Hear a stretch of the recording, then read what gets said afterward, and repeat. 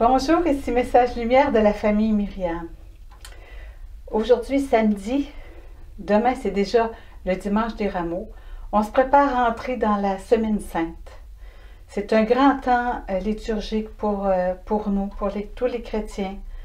Puis dans l'évangile d'aujourd'hui, on voit les pharisiens, les scribes qui se rassemblent après la résurrection de Lazare. Ils étaient présents. Ils étaient contents pourtant parce qu'ils avaient entouré la famille de Lazare lors du décès. Puis quand Lazare est ressuscité, ils étaient là présents. Mais quand ils se retrouvent tout ensemble, tout d'un coup, ils sont pris d'une maladie qu'on appelle l'idée fixe. On en a tous dans le fond des idées fixes. On a comme notre petite idée là. Puis on regarde tout à la lumière de cette idée fixe-là. Puis ça nous fait faire des erreurs parfois monumentales. C'est ce qui est arrivé aux pharisiens. Leur idée fixe, c'était leur temple. Le temple, le peuple sur lequel ils avaient une autorité, puis tout le monde leur obéissait, c'était leur petit royaume. Puis, ils avaient l'idée fixe, ils avaient peur de le perdre, parce que c'était leur sécurité. Ils s'étaient identifiés à ça. Ils n'avaient pas réalisé que c'est Dieu, leur sécurité. Le Dieu qui leur avait donné la terre promise, qui leur avait donné ce temple-là, ce Dieu qui priait, ils ont oublié Dieu. Ils étaient pris par leur idée fixe. Puis, ces idées fixes-là, pour toi et pour moi, on peut les reconnaître parce que c'est lié à nos peurs, à des fausses sécurités, où on attend la sécurité en dehors de Dieu, notre Dieu Père Providence. On l'oublie. Puis, on se développe un petit royaume. Puis un jour, je priais la parole de fondation de notre spiritualité qui dit que, entre autres, que le projet de Dieu, ce sera la maison du pain. Et Marie en sera la reine. Ça, c'est la belle grande expérience de providence dans laquelle Dieu fait vivre tous ses baptisés. Puis, un jour, je priais, puis je me suis dit, qu'est-ce que ça aurait de l'air si c'était le contraire? Si je faisais le contraire du plan de Dieu, pour essayer de comprendre en voyant l'opposé. Puis là, c'est monté dans mon cœur toute une parole que c'était le contraire. Au lieu d'expérience de providence, c'était une expérience de réussite personnelle.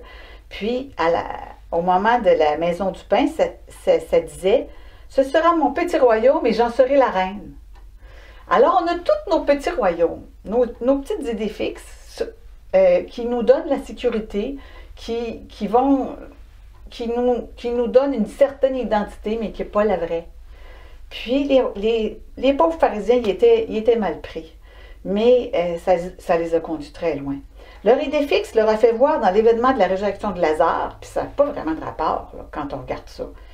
Les Romains vont venir, tout le monde va croire en lui, les Romains vont venir, puis ils vont prendre notre lieu saint.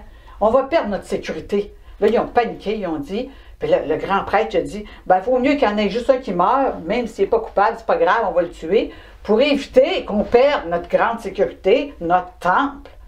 Puis, ils étaient tous pris par c'était fou, dans le fond, là. Mais des fois, on réagit comme ça. Quand notre idée fixe est en danger d'être menacée. Puis, c'est pour ça qu'aujourd'hui, regardons avec Jésus le projet de Dieu. Le projet de Dieu, c'est que Dieu veut nous sauver. Puis, ce sera la maison du pain. C'est Dieu qui se donne en nourriture. C'est Jésus qui se fait Eucharistie pour nous sauver, pour nous donner la vie. Puis Marie en sera la reine. C'est Marie qui est la reine. Parce que Marie, elle n'a pas ce défaut-là d'avoir une idée fixe. Marie, elle est toute tournée vers le projet de Dieu. Elle a vécu la passion, mais elle l'a vécu avec le regard de foi, avec l'espérance. Elle savait que Jésus accomplissait le salut, qu'il était vainqueur de la mort. Elle le savait dès le départ. Demandons à Marie de nous faire entrer dans cette semaine sainte avec son cœur, avec son regard de fille bien-aimée de Dieu.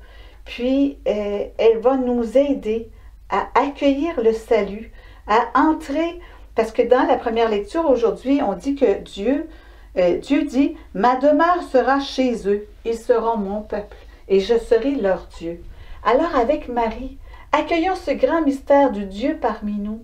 Dieu continue son histoire de salut, spécialement à travers l'Eucharistie. Puis, en cette semaine sainte, renouvelons notre ferveur pour l'Eucharistie, pour Dieu qui se donne à nous. Au revoir et à demain. Heureux de se retrouver maintenant pour un petit temps autour de toi, toi qui es la source de l'amour. Et je te remercie maintenant de nous envoyer en mission, de remplir nos cœurs pour qu'on puisse manifester ces gestes d'amour au quotidien. Et on veut commencer par ce signe de la croix, Jésus, parce que c'est le plus grand signe de ton amour. Au nom du Père, et du Fils, et du Saint-Esprit. Amen. Soyons porteurs de l'amour, visage du Père. Disons oui au quotidien, vivons dans l'amour. Dieu le Père nous choisit pour être famille.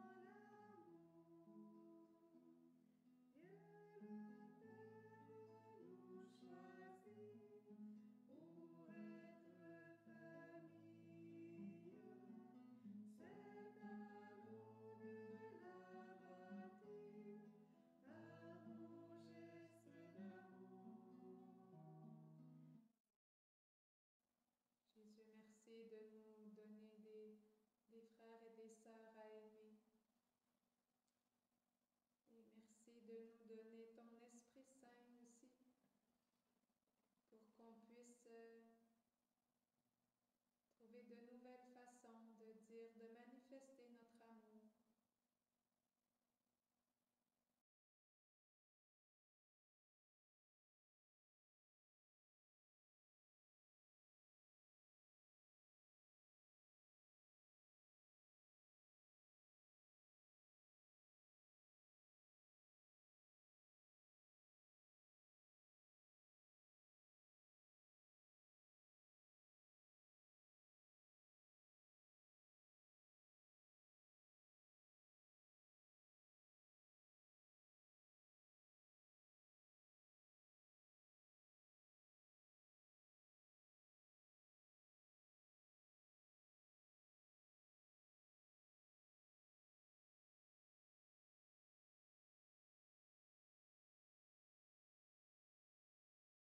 Jésus, merci de nous avoir permis de puiser à la source de ton amour. Et merci qu'à travers ta bénédiction, tu passeras par les mains de ton prêtre de nous envoyer maintenant aimer. Seigneur, on aime ça, avoir ta bénédiction chaque fois qu'on vient s'adorer, prier devant toi.